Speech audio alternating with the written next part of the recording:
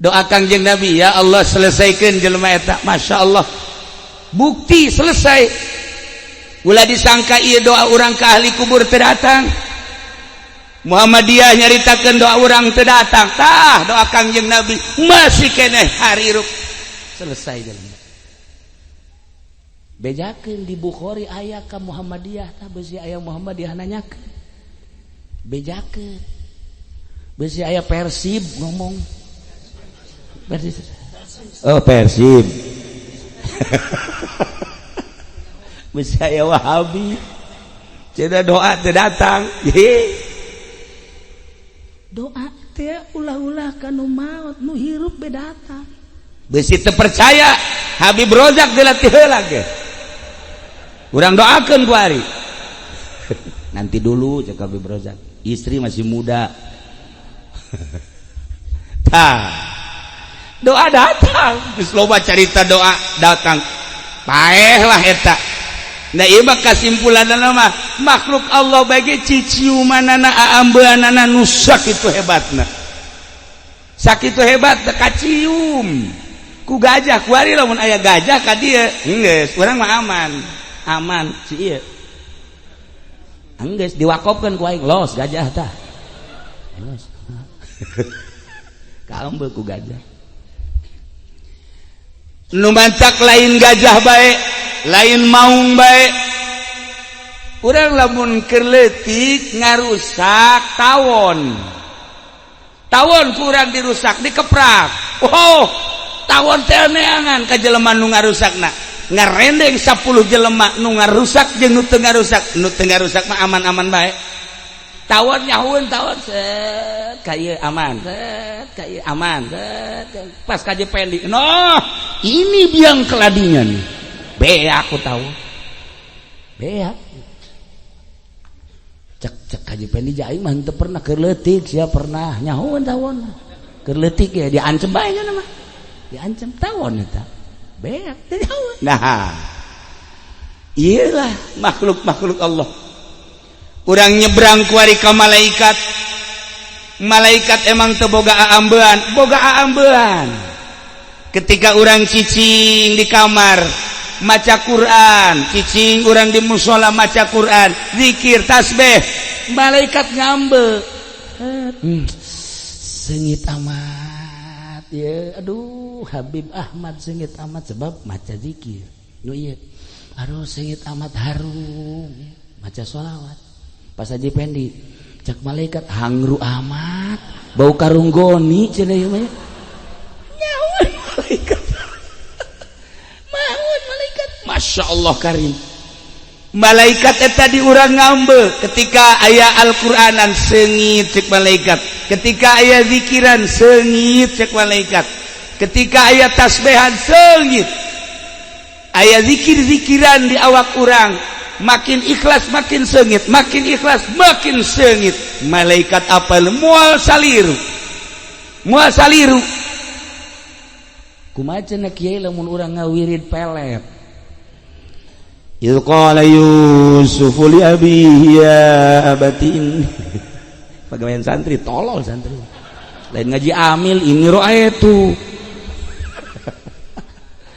nah ieu nu ngambeanana jin cak jin teh bener Al-Qur'an cak malaikat tapi maksudna lain ka Allah ye rada bau Quran mah Quran sebab Quran mah bisa pakai sihir bisa pakai naluh Quran komo ieu pake pelet teluh keneh tadi sarua entak raja teluh teh Ki Nurjaya itu sebenarnya meletnya na kaambe ku malaikat Quran mah Quran sakeun maksudna lain ka Allah rada hangru indit malaikat nah jin ini makanan gua cek jinnya tah lamun bangsa pelet-pelet nu datang ngejin jin mantak diputerkeun kamana maksudna cak jin ieu kamana maksudna ieu didengekeun oh Allahumma layyin qalba sarwiti sarwiti cak jin da sarwiti tangan sarwiti tiup ceulina fo hudang teh oh Pendi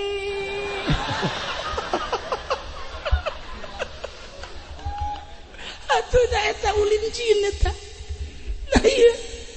Para jamaah kaum muslimin wal muslimat rahimakumullah, ahli Allah babarengan jeung malaikat.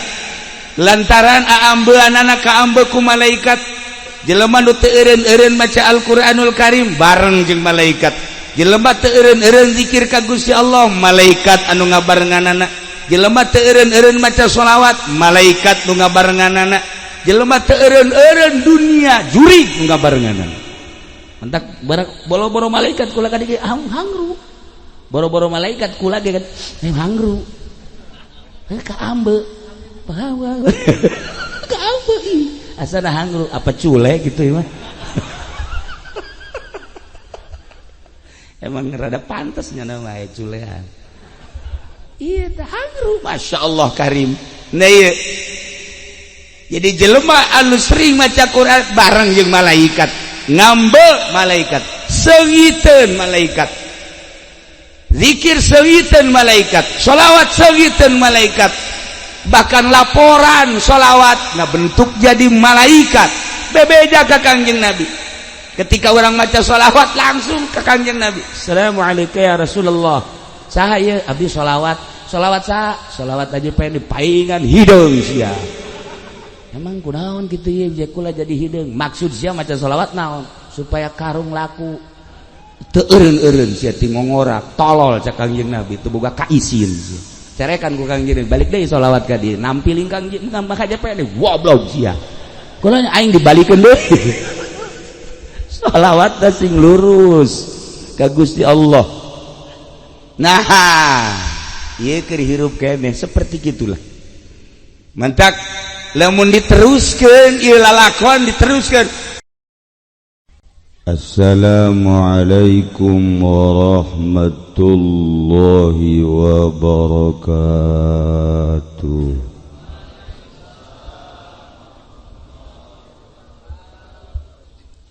Alhamdulillah wassalatu wassalamu ala Rasulillah Muhammad ibn Abdillah wa ala alihi wa sahbihi wa mawala, amma ba'du. Faqala Allah ta'ala fil Qur'anil Karim wa huwa asdaqul qailin. Bismillahirrahmanirrahim. Wa dzakir fa inna dzikra tanfa'ul mu'minin. Al-ayat. Langkung tipayun urang sami-sami nyanggakeun puja sineurang puji ka Gusti Allah anu maha suci, nu parantos masihan tina rupa-rupa nikmat ka urang sadayana, terutama nikmat anu kacida pisan ageungna nyaeta nikmat iman sinarang Islam. Sholawat sinareng salam mugia dilimpahkeun ka junjunan alam Kangjeng Nabi urang Kangjeng Nabi Muhammad sallallahu alaihi wasallam, katut ka para kaluargina oge ka para sahabat-sahabatna rauh para tabi'in atba tabi'in al-mukarramun, para habaib, para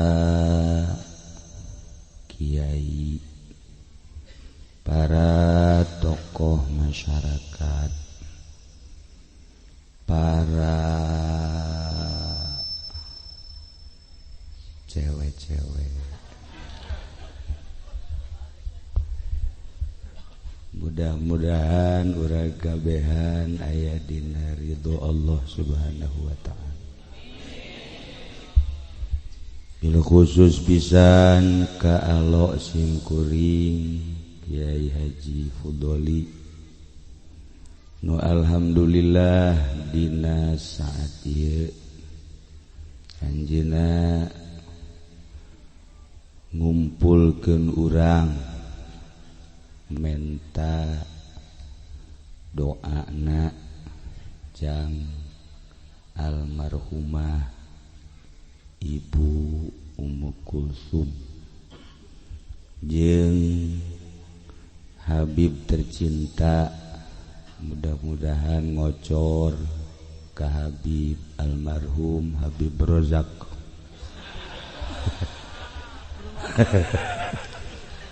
Anggap almarhum.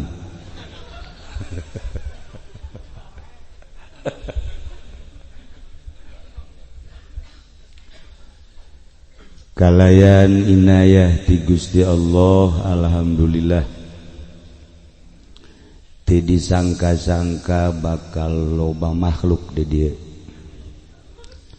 Kula menganggaplah bangsa 10 20 lobana 100 abeh loba berkat tuh aya nu ngamina. Tapi ternyata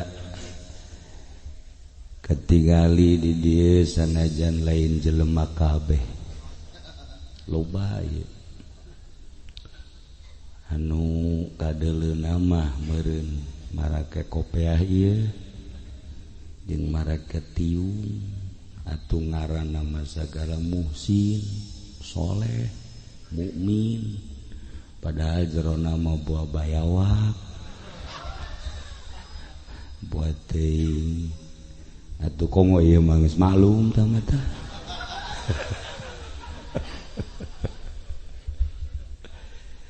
Tapi urang mah ningali rupa we heula nya jadi jelema kabeh bangona mah.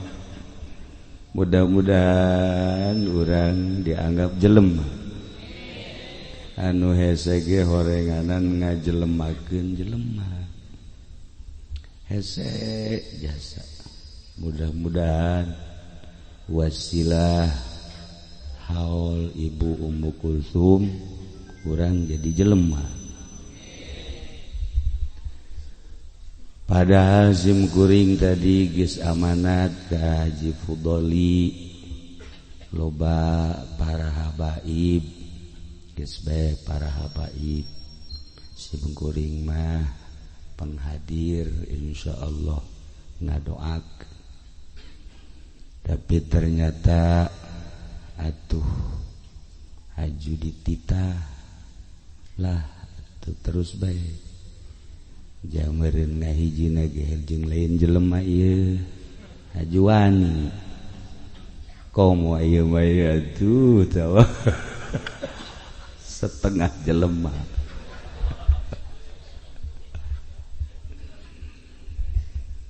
Lamun urang nyaritakeun maut kadang-kadang muringis sieun. Tapi lamun urang neuleuh jelema kuari maot eta ngan akan sakadar hiburan kadeuleuna.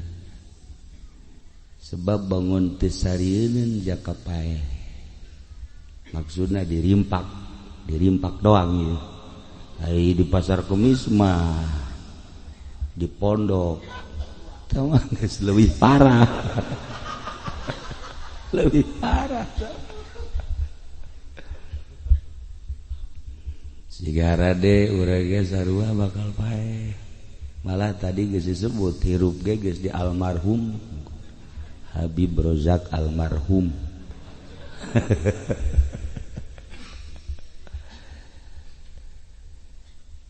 Ayat 3 jelema boga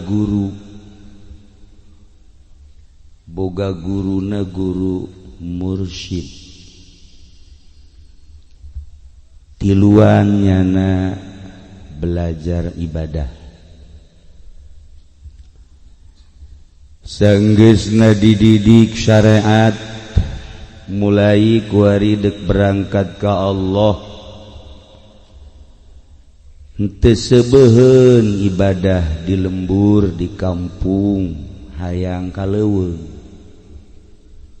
emang kudu kieu lu kaleuweung atuh kudu ngan kuari leuweungna mana di Gunung Karang yang geus marake sempak kabeh di Gunung Santri atuh Jasarua komo di Banten mah leuweung mana tuh kuari ku urang endek disabab pake ibadah aya nu minta izin ka kula Haji Pendi di ka Gunung Karang atuh elos ngan kudu pamit heula kakabehan sebab bakal balik ngarang teu puguh karu dek naon ka ditu ibadah mah sadaekna di dieu tapi ieu mah deuk kaleuweung cak guruna ulah luak liuk sing juntrung ka Allah geus dibere ilmu ketika menghadapi hujan geus dibere ilmu ketika menghadapi angin geus dibere penangkalna ketika aya huru-hara hewan-hewan geus dititip-titip kade ibadah bakalna hiji doang ieu nu paling berat nahan lapar ku angin mah gampang komo ku golok mah tah teu kudu norekat teu kudu tama kaci soka beres si di inuman pelor jeung susu tanya ge Ki Nurjaya pelor beak kabeh kurang cisoka datang ke bengkel sepeda demo beak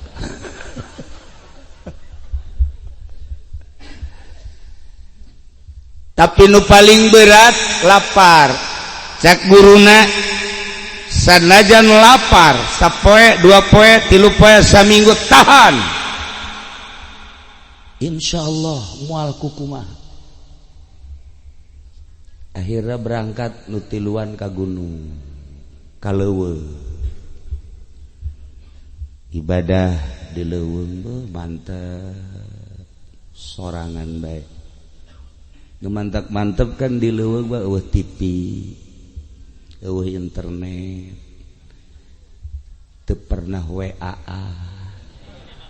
di leuweung pada di lumpur bawa aduh deuk HS WA mantes HS SMS mending ora kene aki-aki ieu kan buang kawarah ka jelema bloonage belah ditun bloon teman masih 3 kilo ti bloon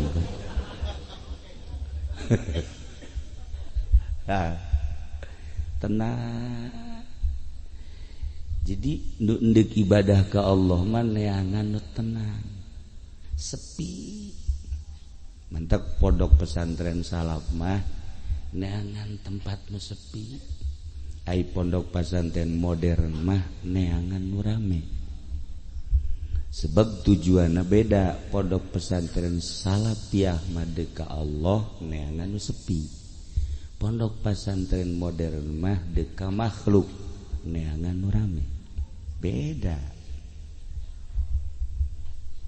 ieu mah ibadah geus di leuweung sapoe bebekalan aya keneh 2 poe masih seminggu masih geus barang geus aya 2 mingguna geus eueuh amunisi mulai lapar poe selanjutnya tambah lapar selanjutnya tambah lapar geus eueuh soraan zikir ge geus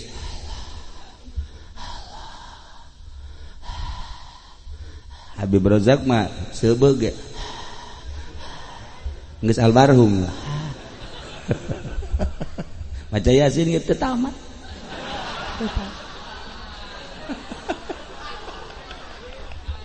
geus teu kuat sakitu ge susu aya kopi aya jeruk geus sabaraha meureun bahkan di kantong lagi cau aya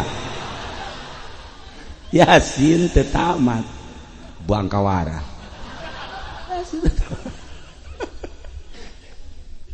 ai endek-endek atuh maca Yasin pan cenah kiai tadi ngobrol bae bangun teu ngadengekeun didengekeun doraka aing mah ngadoraka jeung ngadengekeun Yasin kos kitu mah cak kabipat jin teupan nah iya barang selanjutnya nyana musyawarah iya orang lapar kumaha ingat cek guru ketika orang lapar tahan ulah aya kumaha jol bae aya anak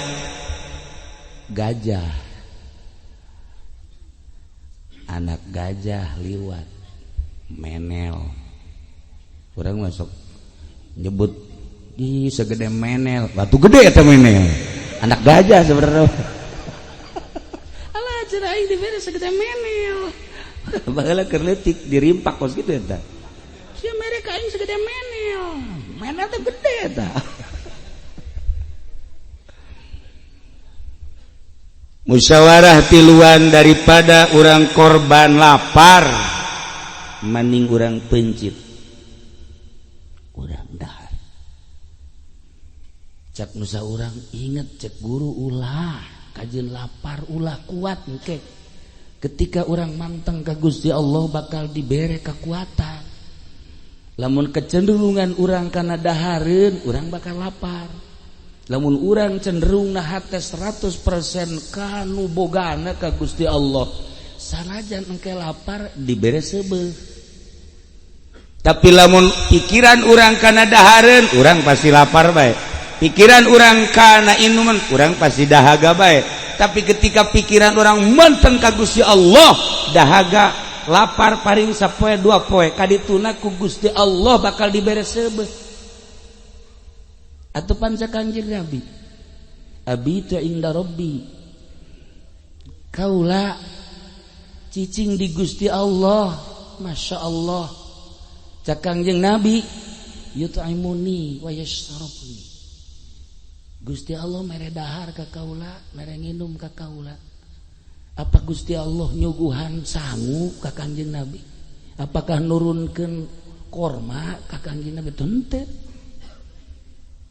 sahabat ge kagetin aya eta nyuguhan Gusti Allah kumaha cak kanjeng Nabi sanajan sababara poe kos nu dibere dahar bae teu lapar saeutik-eutik aca sanajan sababara poe teu dahaga saeutik-eutik aca cak sahabat nah kok kitu lantaran manteng kanu bogana sanajan sababara poe moal lapar moal dahaga mantak para nabi-nabi Allah karuatan beteungna para aulia Allah kuatan beteungna Habib Rozak ya Karim ya Allah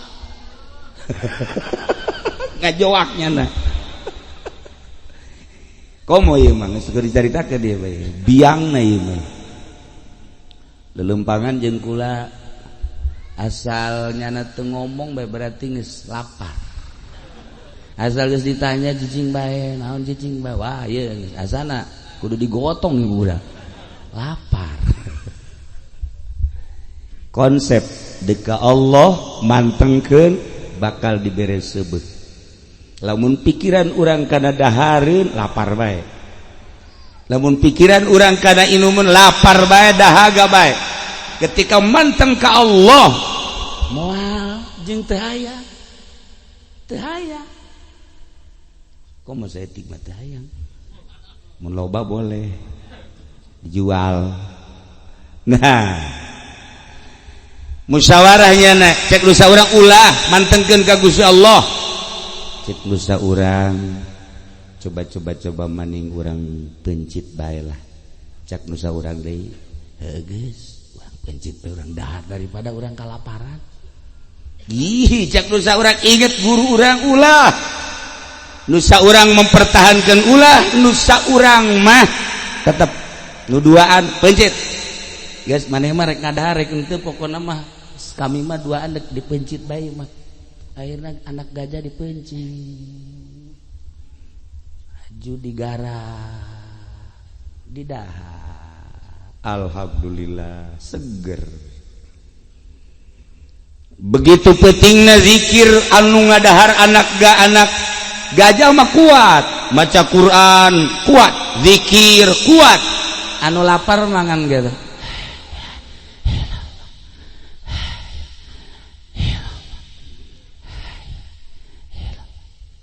tapi anu ngadahar anak gajah mah dengekeun ku sia la ilaha illallah la ilaha illallah maca yasin ge tamat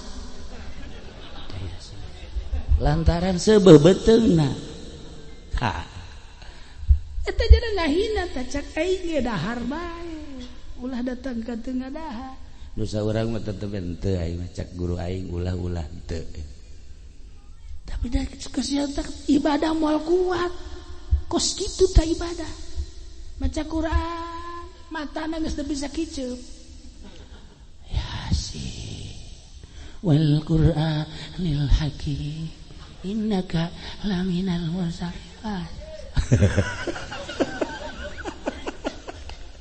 Badigan ngadahar anak gajah sia kuat kata kuat aing yasin 3 kali ge siap cek kana ieu masa potong henteu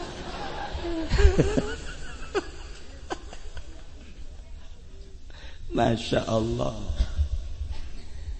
datang deui ka isuk datang ka 2 peti gagah mejeunna keur sare istirahat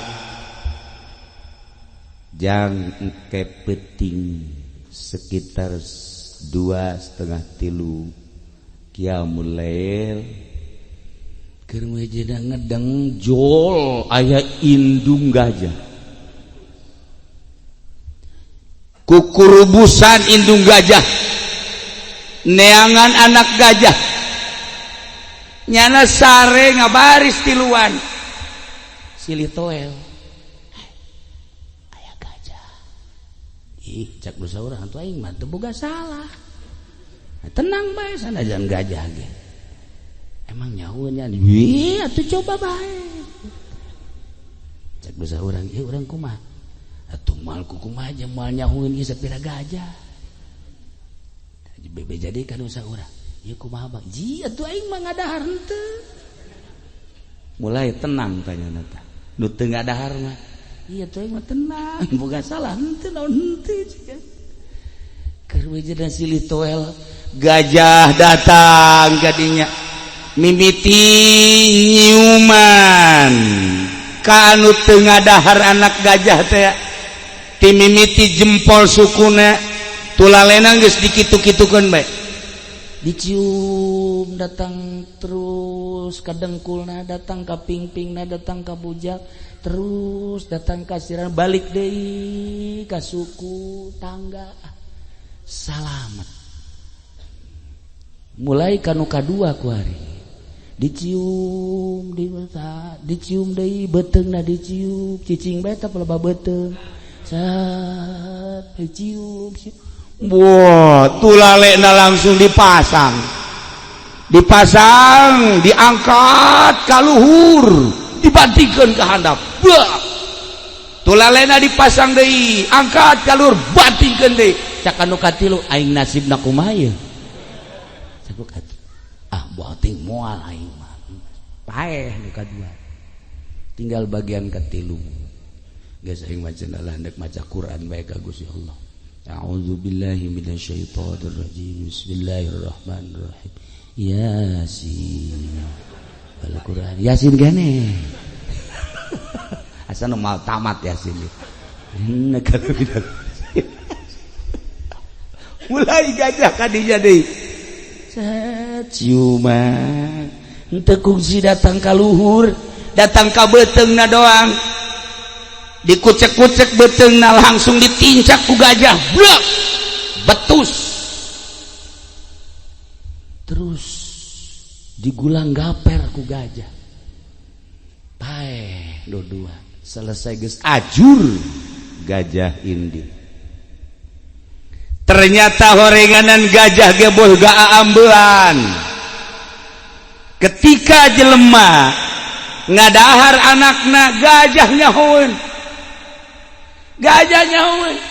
nu teu boga salah mah diantepkeun kunyana diciuman tapi nu boga salah dibantikeun paeh cacak-cacak gajah boga aambean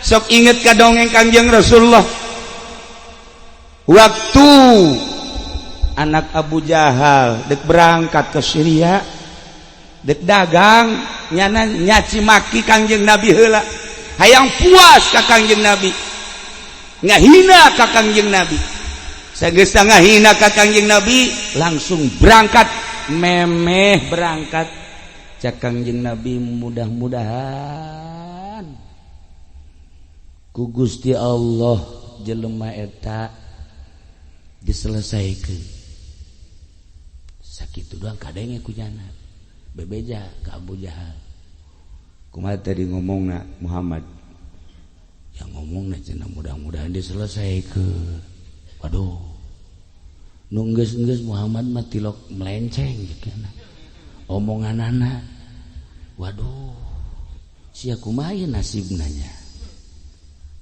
nyabahnya kumaha akhirnya berangkat tengah perjalanan kan istirahat cek Abu Jahal teh anak aing teu di tengah bisi aya naon aman teu di tengah kabeh sarena di sisi ieu di sisi bener bae tengah peuting aya maung kadinya maung cek Abu Jahal wah ieu maung terus diambean saurang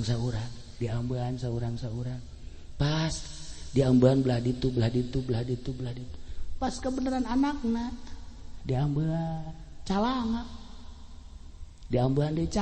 wah cek Abu Jahal nasib anak aing selesai malam ini sakumaha doa Kangjeng Nabi selesaikeun jelema eta atuh bener dicangkeran kumaha nah ieu kan doa nempel tah doa Kangjeng Nabi ya Allah selesaikan jelema eta Masya Allah bukti selesai ulah disangka ieu doa urang ka ahli kubur teu datang Muhammadiyah nyaritakeun doa urang teu datang tah doa Kangjeng Nabi masih keneh hariruk selesai jelema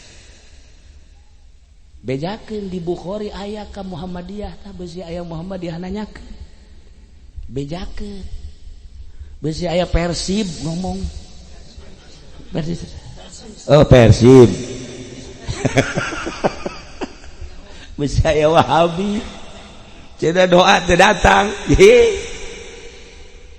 doa teh ulah-ulah kanu maot nu hirup be datang beusi teu percaya Habib Rozak dilatih heula ge urang doakeun ku ari nanti dulu cek Habib Rozak istri masih muda doa datang geus loba carita doa datang paeh lah eta nah ieu mah kasimpulanna mah makhluk Allah bage ciciumanana aambeunana nusak itu hebatna sakitu hebat teu kacium ku gajah ku ari lamun aya gajah ka dieu geus urang mah aman si ieu geus diwakofkeun ku aing los gajah tah los kaembeu ku gajah nu mantak lain gajah bae lain maung bae urang lamun keur leutik ngarusak tawon ku urang dirusak dikeprak tawon teh neangan ka jelema nu ngarusakna ngarendeng 10 jelema nu ngarusak jeung nu teu ngarusak mah aman-aman bae tawon nyahueun tawon set ka ieu aman set ka ieu aman set pas ka jependi ini biang keladinya nih beak aku tahu beak cek ka jependi ja aing mah teu pernah keur leutik sia pernah nyahueun tawon keur leutik ya diancem bae nya mah diancem tawon eta beak teh nyahueun nah iyalah makhluk-makhluk Allah urang nyebrang ku ari ka malaikat emang teu boga aambeun ketika orang cicing di kamar maca Quran, cicing orang di musola maca Quran, zikir tasbih, malaikat ngambek. Sengit amat ya, aduh Habib Ahmad sengit amat sebab maca zikir. Nu ieu. Aduh sengit amat harum ya. Maca sholawat. Pas Haji Pendi cak malaikat hangru amat, bau karung goni cenah ieu mah. Nyaun malaikat. Maun malaikat. Masya Allah karim. Malaikat eta di urang ngambe ketika aya Al-Qur'anan sengit cek malaikat, ketika aya zikiran sengit cek malaikat, ketika aya tasbihan sengit, aya zikir-zikiran di awak urang makin ikhlas makin sengit, makin ikhlas makin sengit. Malaikat apal moal saliru, moal saliru. Kumaha cenah kiai lamun urang ngawirid pelet. Idh qala Yusuf li abihi ya abatin. Pegawaian santri tolol santri. Lain ngaji amil ini ro'aitu. Nah, ieu nu ngambeanana jin. Cak jin teh bener Al-Qur'an cak malaikat, tapi maksudna lain ka Allah ye. Rada bau. Quran mah Quran. Sebab Quran mah bisa pakai sihir, bisa pakai naluh Quran. Quran, kamu iya pakai pelet teluh kan itu bisa. Antak raja teluh teh Ki Nurjaya itu seperti meletnya nah. Kaambe ku malaikat, Quran mah Quran sakeun maksudna lain ka Allah rada hangru. Indit malaikat. Nah, jin. Ini makanan gua cek jinnya. Tah. Lamun bangsa pelet-pelet nu datangna jin. Jin mantak diputerkeun. Kamana maksudna cak jin ieu? Kamana maksudna ieu? Didengekeun. Oh, Allahumma layyin qalba sarwiti. Sarwiti. Cak jin da sarwiti tangan sarwiti tiup ceulina. Fo. Hudang teh oh pending.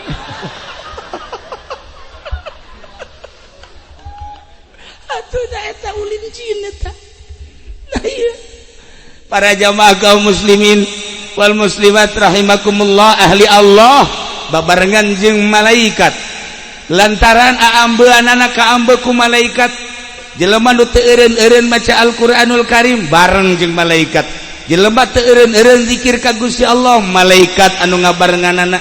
Jelema teu eureun-eureun maca sholawat, malaikat nu ngabarenganana. Jelema teu eureun-eureun dunia, jurig nu ngabarenganana. Mantak boro-boro malaikat kula kadi hangru. Boro-boro malaikat kula ge hangru. Kaambe. Pahawa. Kaambe. Asana hangru apa cule gitu mah. Emang rada pantes nya nama culean. Iya teh hangru. Masya Allah karim. Nah ieu. Jadi jelema anu sering maca Quran bareng jeung malaikat. Ngambe malaikat, sengiteun malaikat, zikir sengiteun malaikat, sholawat sengiteun malaikat, bahkan laporan sholawat ngabentuk jadi malaikat. Bebeja ka Kangjeng Nabi. Ketika orang maca sholawat langsung ke Kangjeng Nabi. Assalamualaikum ya Rasulullah. Saha ieu abdi sholawat. Sholawat saha? Sholawat aja pengen dipaingan hideung sia. Emang kunaon gitu ya jekula jadi hideung. Maksud sia maca sholawat naon? Supaya karung laku. Teu eureun-eureun sia ti ngongorak, tolol cak Kangjeng Nabi teu boga kaisin sia. Cerekan ku Kangjeng balik deui sholawat ka dieu. Nampiling Kangjeng ngambah KJP deui. Goblok sia. Kunaon aing dibalikeun deui. Sholawat teh sing lurus ka Gusti Allah. Nah, ieu keur hirup keneh seperti gitulah.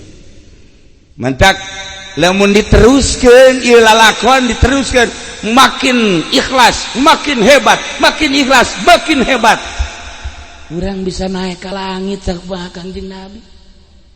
Lamun Kangjeng Nabi ku Gusti Allah diberangkatkeun minal Masjidil Haram ilal Masjidil Aqsa, di luar alam nu ieu ta'rujul malaikah. Nah, urang teh kapan titah nuturkeun Kangjeng sebab Kangjeng teh laqad kana lakum fi Rasulillahi uswatun. Asal tuturkan Kangjeng Nabi bisa hiber urang, bisa hiber Kifudoli bae nuturkeun Kangjeng Nabi henteu aya saparapat acan.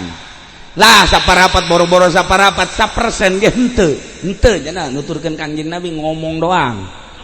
Ngomong doang ya. Iya, komo Ki Jamal mah. Setengah parapat ge henteu. Atunya mah ceramah maksudna hayang ganti ban mobil. Atuh beres. Ieu kuari geus mikiran bae kabari Kijang hayang Fortuner geus berhasil kuari hayang Lexus datang ka paeh moal sia Jamal. 3,5 miliar Lexus mah geus ulah jadi hayalan ulah. Ngan sajore-jorena kiai mah bisa tobat ai sia. Ye, tu kiai mah Habib bisa tobat cenah mah. Engke sakalina tobat ceuri ka Gusti Allah. Sakalina tobat ceuri ka Gusti Allah. Bisaan kiai. Coba Haji Pendi, pernah Haji cerik karung teu laku. Beda kan motif cerikna je. Atur badak bawa kiai mah geus ahli sorga apa pokona. Kiai mah ahli sorga. Ye. Maksud mah kos kitu bloon. Ya Allah ya Rabb. Cek Imam Ghazali urang kudu boga keyakinan. Ulah ti Kangjeng Nabi luhur teuing ti Imam Ghazali bae. Urang kudu boga keyakinan. Ketika Al-Quran dijelaskan innalladzina amanu wa amilus solihat, jelema anu iman ngamal soleh kabelah dituna bakal dibere surga. Kudu yakin cek Imam Ghazali keyakinan teh atas bisa sehingga ngalidih di jero hate teh bahwa setiap iman amal soleh surga. Mantep. Lamun urang boga keyakinan model kos kitu tenang hirup. Ieu mah ibadah tapi teu boga keyakinan aing sih ka surga apa ka neraka? Neraka sia. Mata kaji pendi mah kajian kos gigi cenah boga keyakinan. Tenang aing mah kajian tilok salat ge cekeun surga. Geus dungtut bae ka Gusti Allah. Surga. Ngan aing demo ulah. Nah, balikan deui keun bae eta mah mun diteruskeun ka ditu kudu aya cara-cara tersendiri. Ieu mah lamun maot. Urang lamun maot, terus ka jero kubur, malaikat geus nyahueun kan ka ambeun. Inna lillahi wa inna ilaihi raji'un. Telah pulang ke rahmatullah Habib Razak. Awatnya nah. Ka ambeun kan ku malaikat. Oh, ini Habib bener apa kagak ya?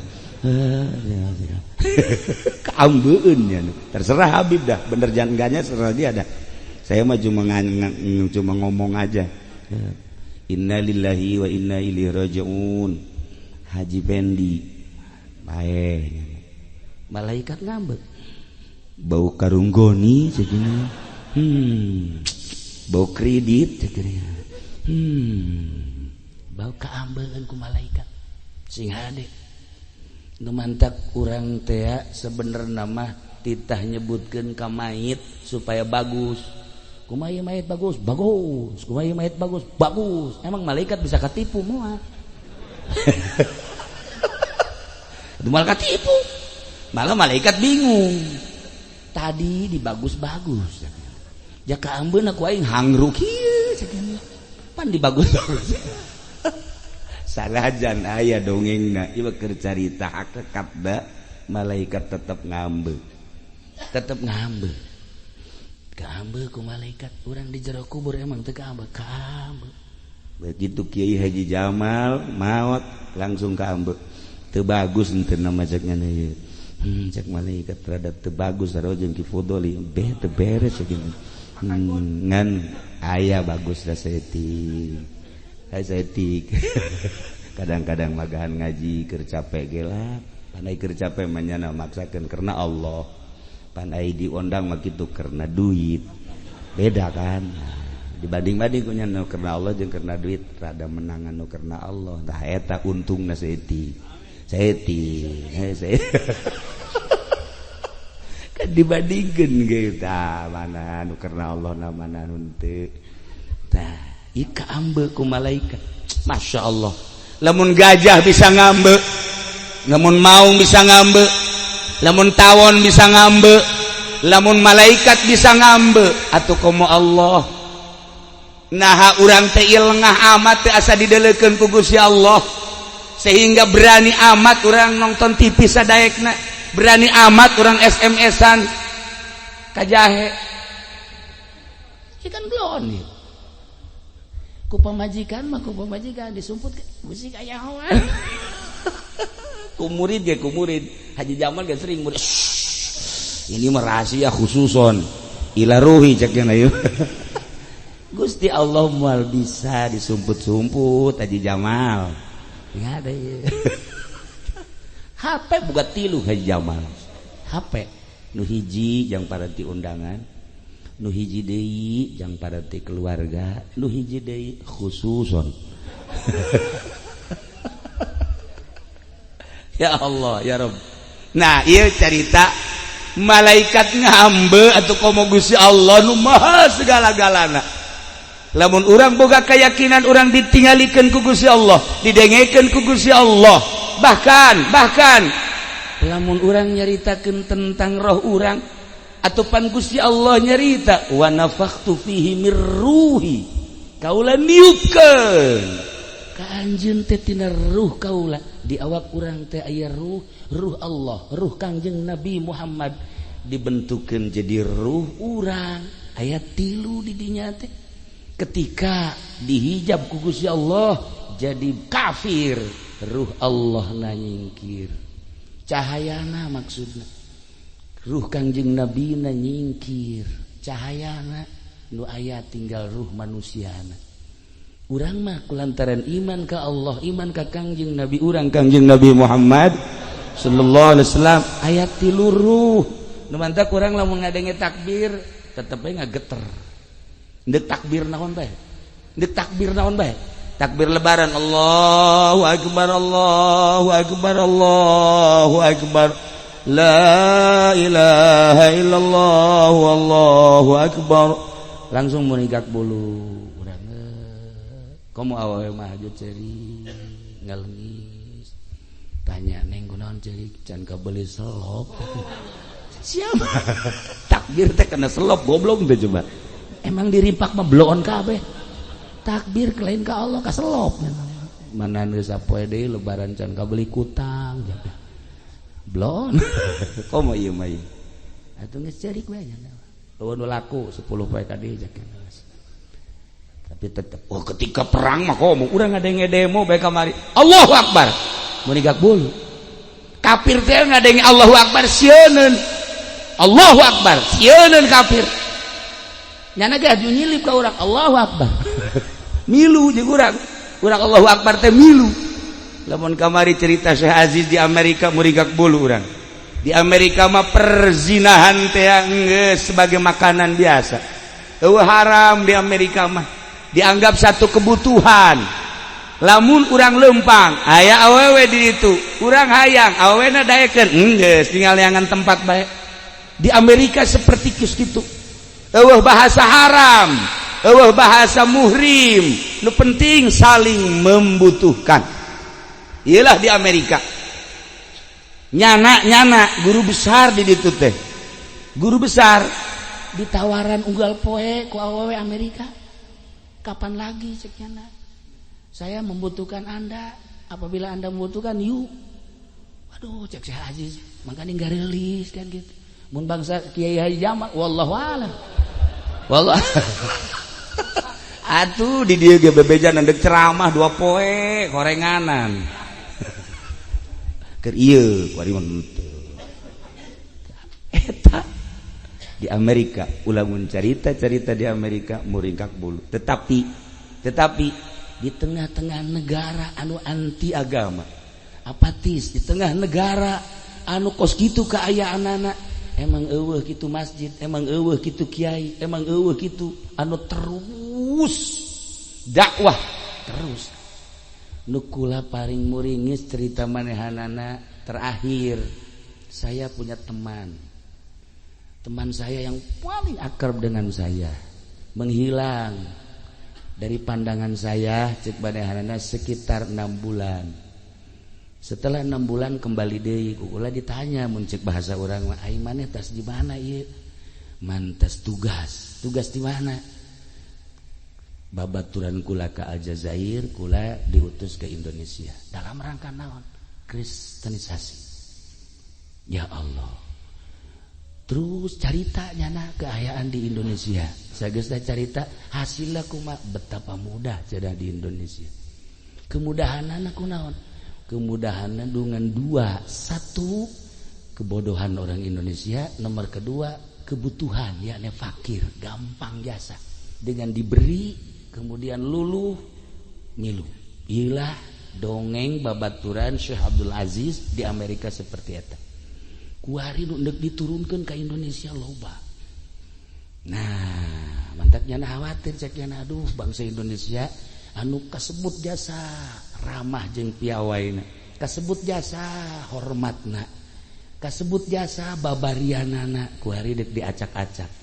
Melalui naon ieu pengacak-acakanana langsung nyana na aya, tapi leuwih hebat melalui Wahabi jeung melalui Syiah. Iya, cek Syekh Abdul Aziz langsung. Jadi ketika di Aljazair ayah Syiah diantep, ketika ayah Wahabi diantep, sebab dimodalan ke Amerika.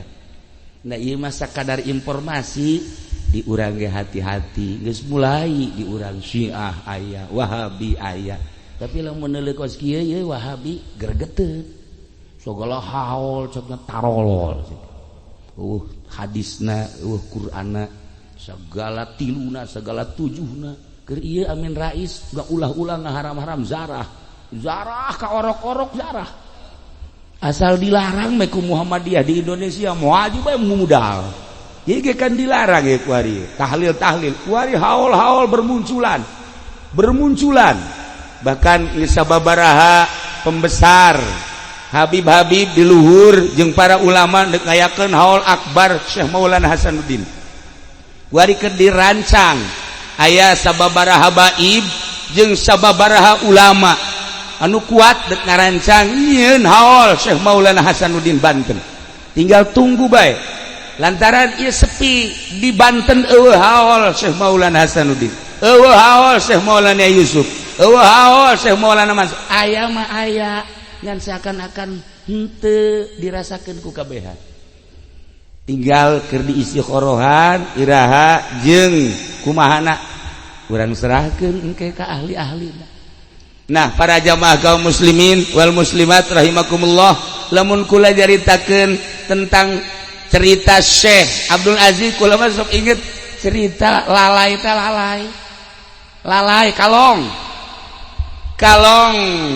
nempel di tangkal kayu ngagantung bae. Angin jeung hujan nyana ngobrol.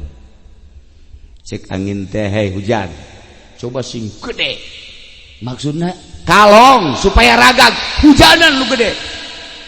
Eta hujan nurut hujan. Wow, turun gede jasa. Kalong beuki nyekelan we. Hujan beuki gede, beuki nyekelan. Sampai sapeting hujan, kalong aman kalong. Cak hujan teh bagian sia kuari mah angin topan. Ku aing geus teu mampu. Tenang, cek angin topan ku aing. Hei, eta angin topan mulai muter kalong beuki tenang, beuki nyekelan we. Geus sababaraha jam angin topan pulting beliun. Selesai kalong seserian salamet aing, tinggal hiji deui. Coba kusia angin sepoi. Oke. Kalau mulai set ditiup ku angin,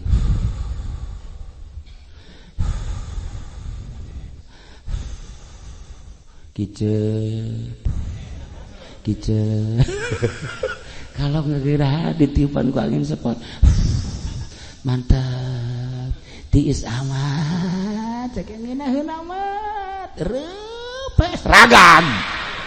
Ya kalau ku puting beliung mah kenceng nyana, topan mah kenceng nyana, hujan geledeg kenceng nyana, tapi ku angin sepoi-sepoi masya Allah langsung perem.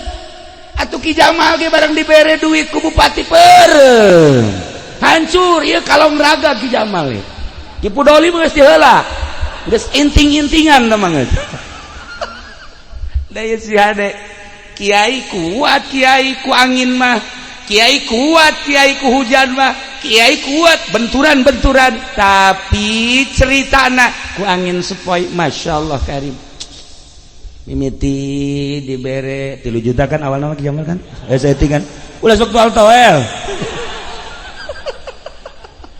ayo kabelah dia sekupi kan ku ibu urang sarereata sekupi ieu mah pan diumrohkeun kan nah umrohnan jahanam gitu kan umroh bentukna umroh jahanam eta sepoi masih kuat kene teh aya nu dibere mobil dipangieun pondok mengkakar tarariis ceknya ditanya nyaritakeun nu korupsi lah budak tiba heula ge korupsi mah terus bae ditanya nyaritakeun riba lah tuh riba masing-masing bae ditanya nyaritakeun ieu negara Islam lah tuh demokrasi ya tuh masalah ceknya teh ditanya nyaritakeun hukum-hukum Islam lah tuh hukum urang bae sih nah ieu geus kena sepoi-sepoi kiai madak eta Habib Rizik Kulaba lain daron ngalem wawanena pohara jasa Masya Allah dasar zuriat Kangjeng jadi ndeuleug gagahna eta saha urang anu wani setan-setanan atuh presiden setan Tito juri setan kabeh setan-setan termasuk Ki Jamal setan ajuna mah acak-acakan setan kabeh gagah eta nah ieu sebab naon eueuh angin sepoi nu datang namun nyana daek narima sabaraha miliar kula nyaho namun nyana daek narima sabaraha miliar Masya Allah luar biasa dibeli Ki Jamal mah teu kudu dibeli malah nyieun proposal nyana pengajuan kan aju ku kula kajawan ulah ji ulah henteu aju teh henteu ngan lewat tukang tetep eta mah teu kanyawan kan teu kajawan mah masalah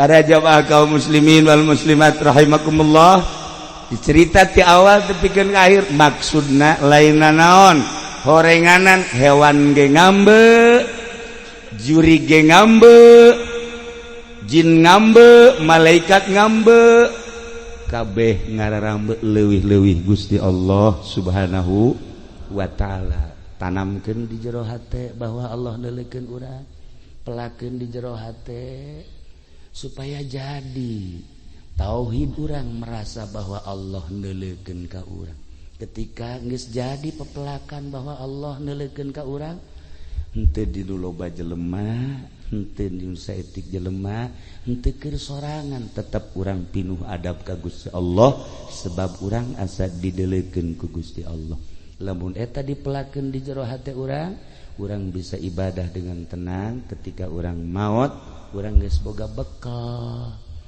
geus boga bebekal nikmat malah ngeunaheun maot eta ketika datang malakul maut urang geus ngaharepkeun kedatanganna sebab urang rindu ka Allah sebab urang asa dideuleukeun ku Gusti Allah kitulah para jamaah kaum muslimin wal muslimat rahimakumullah urang diambean ku malaikat babacaan urang maka sing hade babacaan urang jero hate urang kaambe ku malaikat kaambe ai nyahoeun mah henteu malaikat batu nyahoeun sebab nyana mah nyatet teh anu kanyahoan ku nyana ngan aambean nyana nyaho gitulah komentar para ahli hakikat para ahli tasawuf nu dijelaskeun di sababaraha kitab urang doakeun ibu almarhumah Ummu Kulsum mudah-mudahan dihampura sakabeh dosana dilegakeun di kuburanana dicaangkeun di kuburanana